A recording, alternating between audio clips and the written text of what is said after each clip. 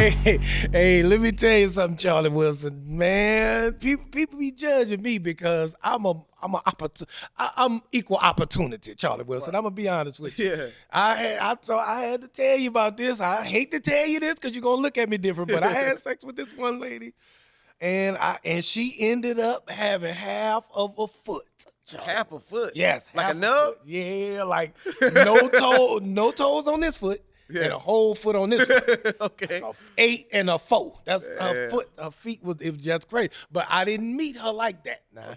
I met the girl, cool chick. Me and her vibed out. Online or something? Shooting Or in person? pool. No, we met in person. Okay. She ain't walk funny or nothing. It wasn't nothing crazy about her. So we vibed. We kicked it for about 2-3 weeks. And then we had sex. Okay. You know, as we should. By this time, I done waited. I did my due diligence. You know what I'm saying? I treated you nice for about 3 weeks. Plenty. I did the dates, everything. Yeah. But I always noticed that she walked a little slower, and it was sexy because she was kind of turning a little bit. I was like, look at her strolling. You know what I mean? Take your time there, baby. Take your time, baby. Yeah. Plus, this was DC, so it was snowing. And so, you know, everybody had on boots, you know, so it was like trying to be careful. I get it. Brother, we had sex with this girl. I put that leg up right here, and right next to my face, I saw something out my peripheral. I said, hell no, I know damn well. I'm licking my head, and I'm already full smash. I'm in the mix. There. I'm in the mix. Ain't no going back. I had got that foot was right there. I saw it out the corner of my eye. I just turned my head. I said, you know what? At some point, I'm going to have to look at this. Yeah. Because I'm in it. It's right next to my head. Right. So I finally look over at it, and Charlie Wilson, it was a sock dangling off the edge of that foot. It was just a sock, and I was like, And then was it like little It was just baby like toes? a foot. It was no toes. Like the little baby toe or nubs? With your foot without your toes. Start from pinky up, it's nothing. Nothing. This sock was dangling, and you know what? I couldn't do nothing. I was like, you know what? I gotta finish. Yeah. So I just concentrated, didn't think about it no more. That's some mental strength right there. I got through it. I had to push through it. The coochie was good too. I couldn't even deny it. I was like, you know what? I started looking down. I said I shouldn't even be looking down upon her like this. That coochie was so good. I was like, you know what? Never mind. So anyway, I finished. We kicking it. We still friends. We talking. We sitting on side the bed. Yeah. She got her foot hiding the other foot. Tucked behind the foot. Yeah, I'm like, now why would she hide this damn foot? I'm a comedian. I'm sitting up there thinking to myself, now when is she gonna acknowledge this foot to me? Right. She ain't never not once gonna mention. We had a whole hour conversation, had sex again, and she still never mentioned the foot, bro. Damn. Never mentioned the foot. Was subconscious about it. You know what I'm saying? Didn't know how to why? You see, we done did it. You see, I had to have saw it. You see what I'm saying? 2 rounds. Yeah. Come on, bro. You know I saw it, and you trying to ignore it. So we get to I let her make it. Cause I ain't got no couth. I would have been like, hey, so what happened to your foot? Something wrong, like your toes or something going on with them. I wouldn't have known how to say it, so I just let her say. Right. We talked on the phone all week. I'm waiting on her to tell me about this foot. She never said nothing, Charlie Wilson. So I said, you know what? I'ma just see if she gonna come to the crib and she wanna talk face to face about the foot. Yeah. So I invited her over. I said, and we done already talked. We done been kicking it still like nothing happened. So she fully know we gonna smash again when she come to the crib. Right. She know what time it is. Yeah, she know what time it is. I had told my partner Trey Elliott. I said, Trey. Oh yeah. We roommates at this time. I said, Trey. I messed with a chick. First kind of moved to LA, right? No, this was before we moved to Hollywood. Gotcha. This was when we was in DC still. Gotcha. I said, Trey, I'm bringing a chick over, and listen. Don't say nothing, but I think the girl got a half a foot. I could be wrong because she never took her sock off. So it could be anything going on under there, but I know. It's a mystery at this point. There's something going on. So just when you come in the crib, because he had hit me like I'm on the way, and she was at the crib. I said, when you come in the crib, don't make it obvious, but check and see and check for me. Right. He came in the crib looking right at the foot. He came in the house like, what's up? Yo, how y'all doing? Shout out to Trey. Good to see y'all. Shout out to Trey. I said, Trey, he went to the kitchen. He called me in the kitchen. He was like, Boog. She don't got no foot. Her toes. Yo. And I'm like, bro, relax. She in there. Just relax. He like, bro, what you gonna do? Yeah. I said, what can I do? I'm gonna have to smash. I mean, we done right. already talked about it. He was Can't like, discriminate at this point. yeah, it's already, I done already did it twice already. So I Right. mean, I can't be. But I'm sitting there, and I go back in there. I'm sitting there with her. I'm like, why is she not being forthright about this? This is disgusting to me. Yeah. You see, and then now she got her shoe off at the crib. With me she and comfortable Tracy. now. She got the shoe off. Oh, you could have kept your shoe on. I didn't tell you to take it off. Right. And you in there now. You're trying to hide it from both of us. I'm like, come on, bro. This is so deceptive and dishonest. So. Right. Long story short, I end up breaking up with her because of I did not think that I just didn't want the advantage over her. I felt like I always be a half a step ahead of her in the relationship because she was a lion heifer. I was like, just tell people about your foot if you got a deformity. Ain't that how it's supposed to go? I don't know. Before we smash, right? You tell me, just hey, so you know, right. What would you like? I Charlie don't know. Wilson, how would you? Because you're cool and you had your family and all that. Yeah, You're a studious dude. Yeah. How would you have asked her after you done already hit it? Yeah. How would you bring up the topic of It's really awkward. It's really awkward, first off. So I don't know if there's a right way to even say anything. Yeah. There's nothing you really can say. The only thing you could ask is if it's just, y'all just chilling, you playing with her hair, stroking her head, making sure she's real comfortable, and the mood is set. You know what I'm saying? You got Family Guy something on, she in a good mood. You know what I'm saying? You could be like, oh, okay. So, what happened over there? I don't know. What happened over there? Just to kind of start the conversation. What happened over there on your other foot? Were you born with this? Yeah, I'm trying to think of a delicate way to step into. If you can't think of a delicate way, you know I wasn't gonna be able to do it. Yeah. I just broke up with her, and we till this day we have never spoken about that foot. Nothing never happened. That half a foot.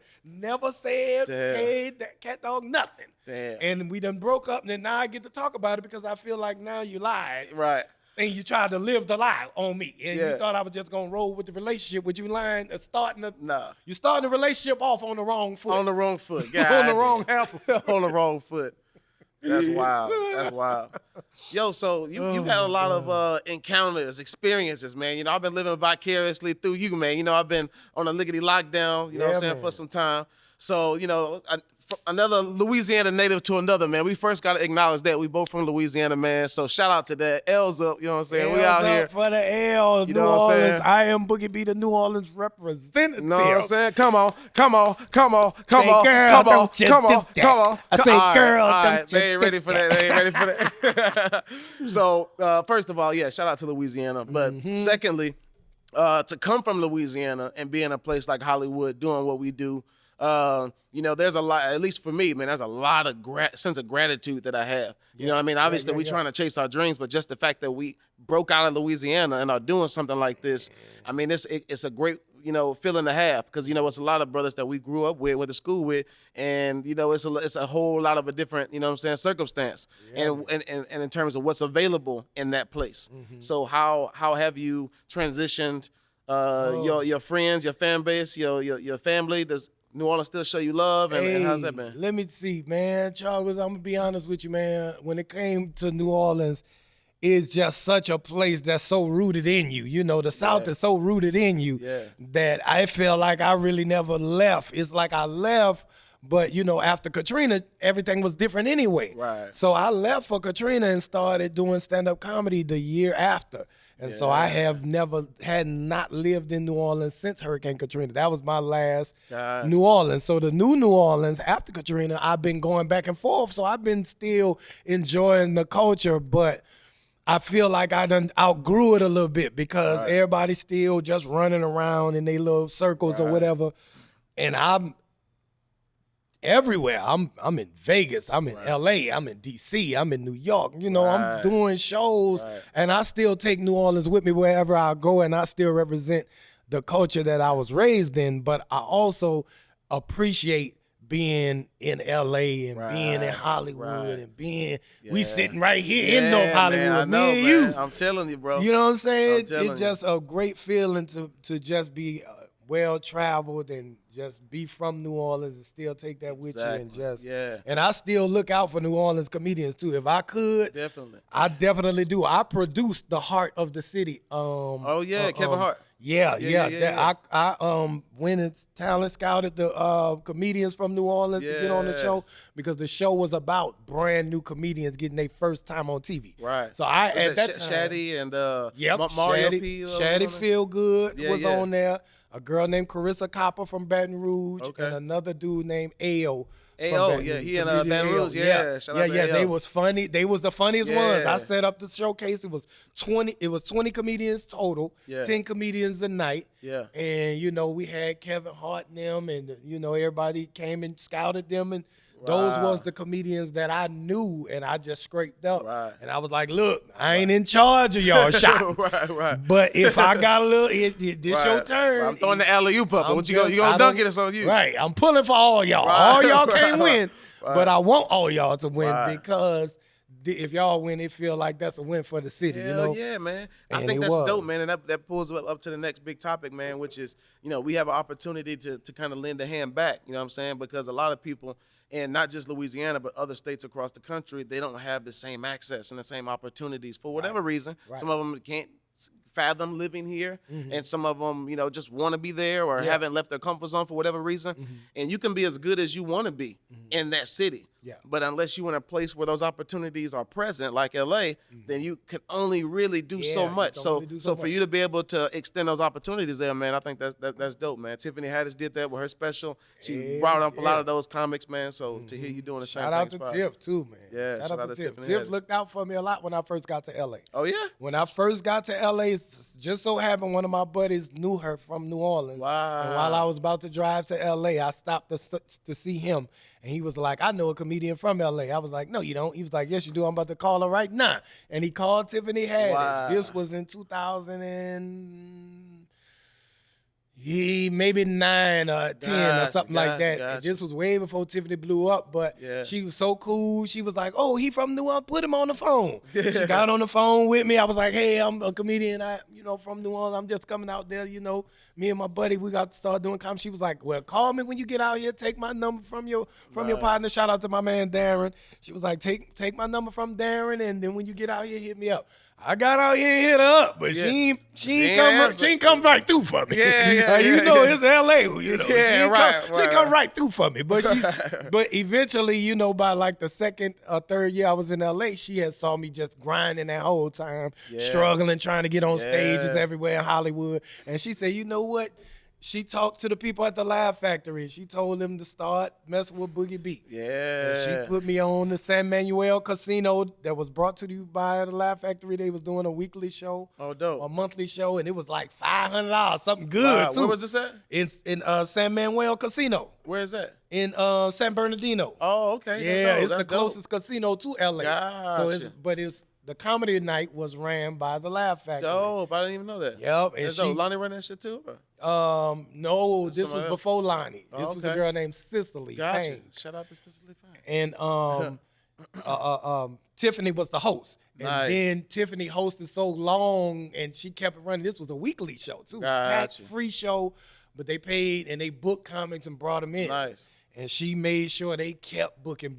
She kept saying, book Boogie B again. He killed it. Every time I went, she would tell him, and that's how it got me going in LA for real. Shout out to Tiffany, Shout out to Tiffany Haddish, man. Even before she was on and popping, she was still doing the same thing. She was looking out for people. She earned her spot by being kind in the universe. You feel what I'm saying? Right. So that's why it feel like she popped so quick, but she ain't really pop quick. She was already putting that good positive energy out and being cool with everybody, and she was always showing love and being, so she won off that positivity and love that she was putting out. That's what takes you, man. That's what takes you, man. So you've been doing comedy. What year would you say this is for you in comedy? How long have you been doing it? 15. 15 strong, man. So for all y'all that think there's just some overnight, some quick stuff, man, 15 years in the game, man, and still working at it, man. It's a marathon, like Nip says, right?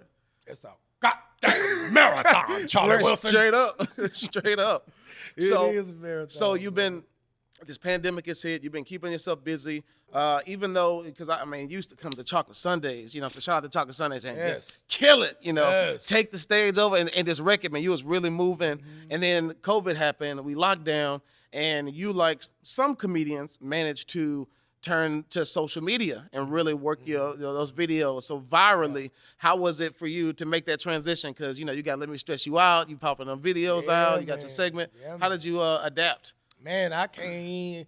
Okay, so this how it go. The pandemic hits the last night I'm on stage at the Laugh Factory in Hollywood. March the 4th was my last time on stage, right before the pandemic.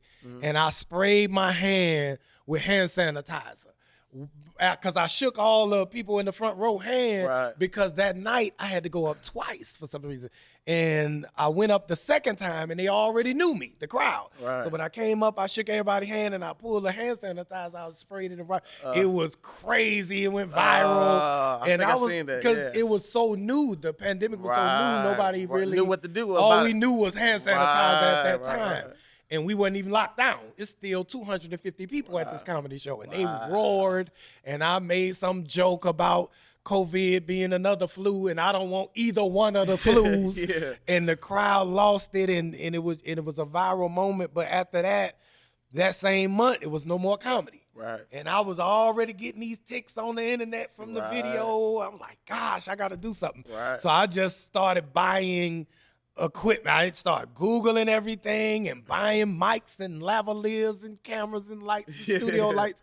I'm just throwing myself. I'm on YouTube every night because we ain't got nothing to do now. We on lockdown. I got a house full of toilet paper, house full of toilet paper and sanitizer. I'm in there just doing nothing.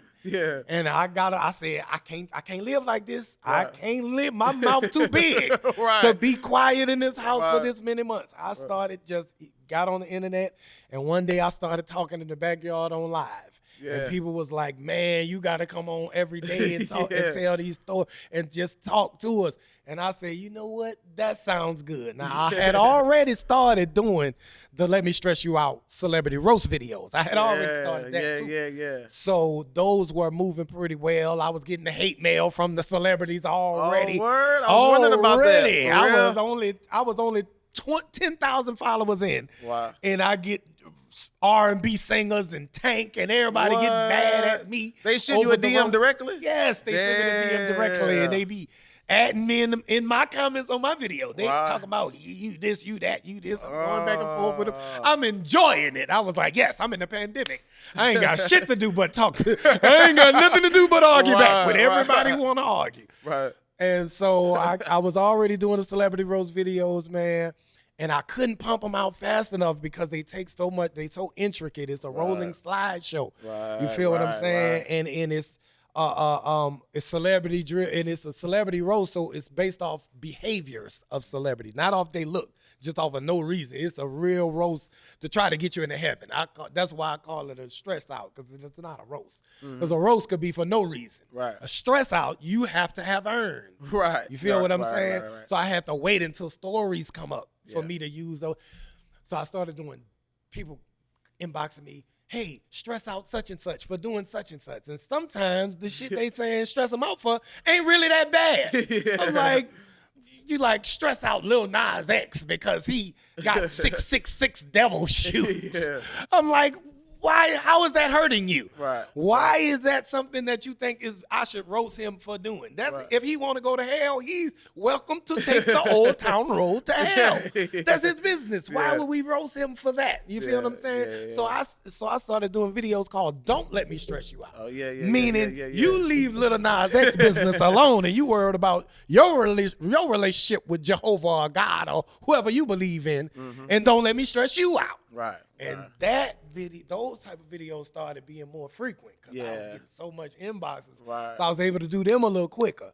Then I started doing the live show every day on Facebook and Instagram, 5 days a week. I stand there for an hour and I will talk about what people done inbox me. And if somebody did something with malicious intent to you, you put it in the comments, and I freestyle roast them, sight unseen. Because I don't have to see you to roast you. If you done did some fuck shit, I know exactly what you look like. I know exactly exactly what in my mind. Right. And that's what I do every day, and that kind of caught on. Yeah. And so I just fell into the social media gig, and Right. now it's like a habit. Like every day I'm trying to do more and more, because then I'm watching my idols and some of the comedians that I really love on social media, like Shula King from South Carolina. He killing it. So funny, brother. Do videos. He do 5 a day. Right. Every day, 7 days a week. He don't play, and Right. he getting what he deserved from it. Right. Tony Baker, Kevon on stage. Yeah, the crew. Yeah. Them dudes is Yeah. killing the game with Yeah. that social media, Yeah, but they putting that work in. Definitely. Tony Baker did 10 videos in one day. Damn. Day before The voiceovers he be killing, man. 10 voiceovers killing in them, one dog. day. He Yeah. doing nothing but working. Yeah. And he getting paid for Right, it. right. And I can't wait till I'm getting I'm paid telling you, like man. that for I'm it. telling you. Woo. I'm telling you. So it's hard for me to adjust Yeah. to being a social media type of person, because I've always, in my 15 years, I started comedy before there was the internet. Right, so right. I was on the side of, I'm not an internet comedian at first. Then when I started seeing DC Young Fly and all those dudes just pop out doing the stuff that I can do. Right. And building such a huge following, Right. and I was like, you know what? Let me step onto the dark side real quick. I'm going to step into the bad side. Ooh, ooh, ooh. He started ordering equipment and shit. Let me get on the Gonna Amazon. take a mean ride. You remember that goddamn Hell Dream yeah. Girls? Hell yeah. Hey, I stepped on over and I said, now, I was talking to D-Lay the other day. D-Lay got his podcast. He got a book. Yeah. He got the social media following. And there's another comedian I love to watch D-Lay a them beast do too their on stage, thing. man. Yeah, and a beast on Yeah, stage. beast on stage, That's the only reason why I respect comedians, is because they be a beast on stage first. Right. So when he started doing what he was doing, I said, you know what? We might not go back to being on stage like we were. Yeah. Because we wasn't hitting nearly the amount of people. Right. And we was taking 500, 2,000 a show. Right. When we can make 2,000 on our own without going nowhere. Right. You From see the what I'm crib, saying? from the crib. So now, if you want to book me, I'm like, well, it got to be more than what I can make in a day on the internet. I can't waste my time. I'm in my drawers right now. Right. If I can make 2,000 on my own, you need to double that before I can walk out the house. And so I really see where these country Waynes and DC and CSLA, I see their business hustle, and it makes so much sense. And so whoever don't see that yet, you'll see it eventually, because the internet ain't going nowhere. You gonna be gone for the internet gone. Exactly. Hey, that's why content. That's why content is key, man. And you've been, wrecking a lot of stages, and you also shot your own special too, right? I remember when I was still kind of relatively new in LA, I was like, oh, that was dope. El Portal, right? Yes, sir. Yeah, I pulled up. I was in the had to do what I had to do, dog. Come on, man. So, you was there. I remember every single person that was there. Yeah. Let me tell this is my damn most sentimental moment. That was my comedy. next question too. What was your highest moment You in the game? already know Yeah. that was it. Yeah. Damn the TV, damn all the other, damn all that. Yeah. All that's cool, and all the accomplishments that you can get in stand-up is cool. The learning process of hitting stage to stage, that's cool. Right. But this particular night where I shot my first 1 hour special after I was 10 years into stand-up comedy, and I had never shot nothing on my own. Yeah. Never shot nothing on my own. This was my first time doing an hour on camera. And the experience was something that I can't even explain to you, brother. When you done put your own hard work and tears into it, and you got your material tight and right for your whole 10 years of experiences of doing comedy, you ready to put this together, and you got your homeboys there. I had Trey Elliott, Amari, and Kendrick, two of my riders who I met my first year in stand-up. Right. And I had them two open the show. Trey hosted it. Mari and Kendrick opened up. Let me go back and tell you this.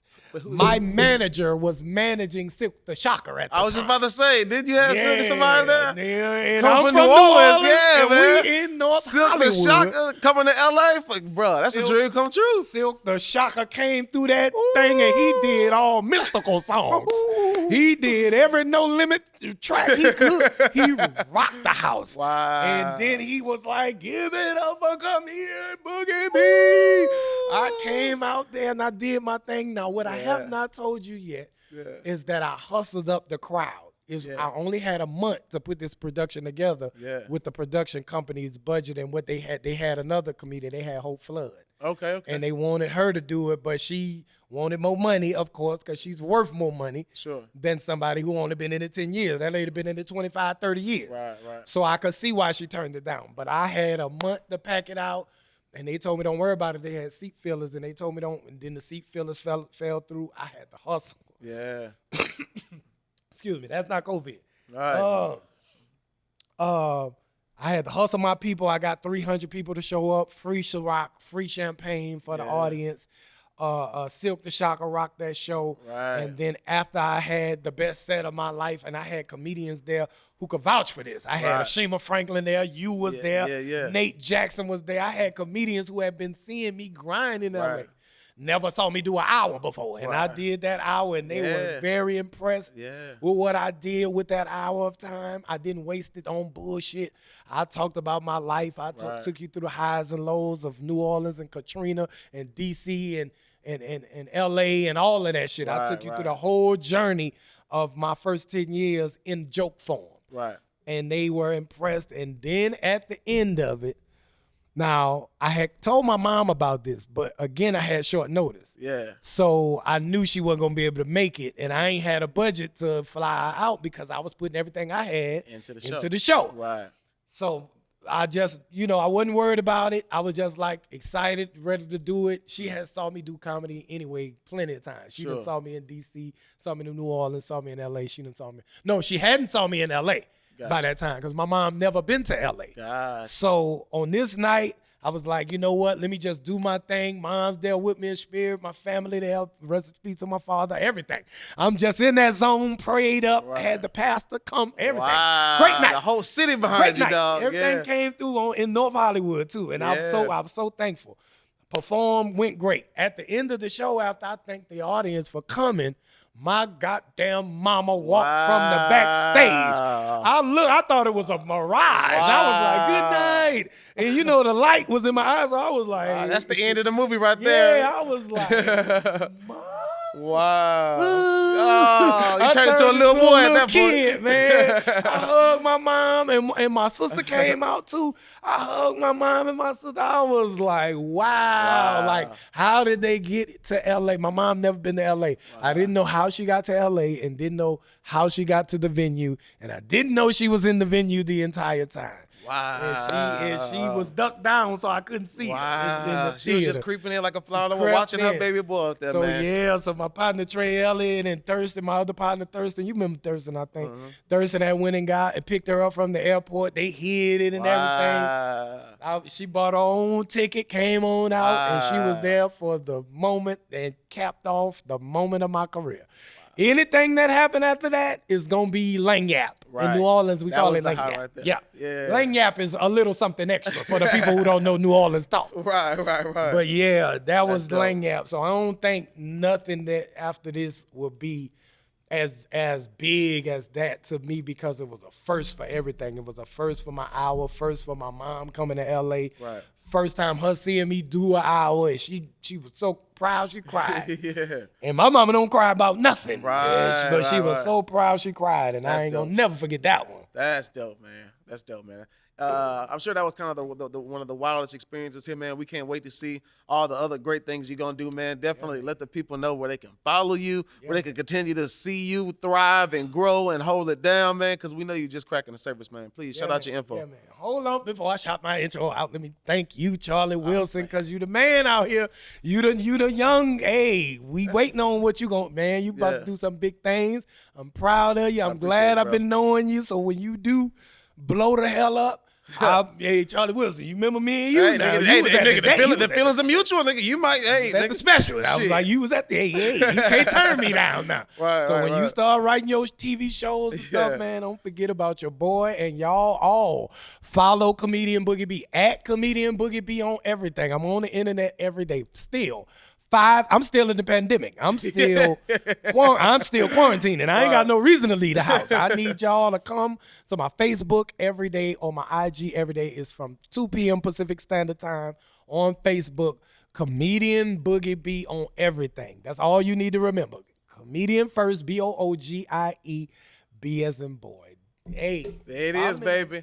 One time for Louisiana, baby. We out here. This has been a Louisiana authentic episode today. So y'all make sure y'all stay tuned. Super fun. Boogie B. Do Tell, Laugh After Dark. I've been your boy, Charlie Wilson TV. Pew, pew, pew. We'll see y'all next time. Yes, sir. Hey. Thanks for coming through, big dog. My God. OG. Hey, what's up, everybody? It's your boy, Charlie Wilson, man. I just want to take a minute to say thank you. I just want to say thank you for supporting and liking and sharing the videos to our podcast, Do Tell with Laugh After Dark. Make sure you subscribe and stay connected. I'll see y'all soon.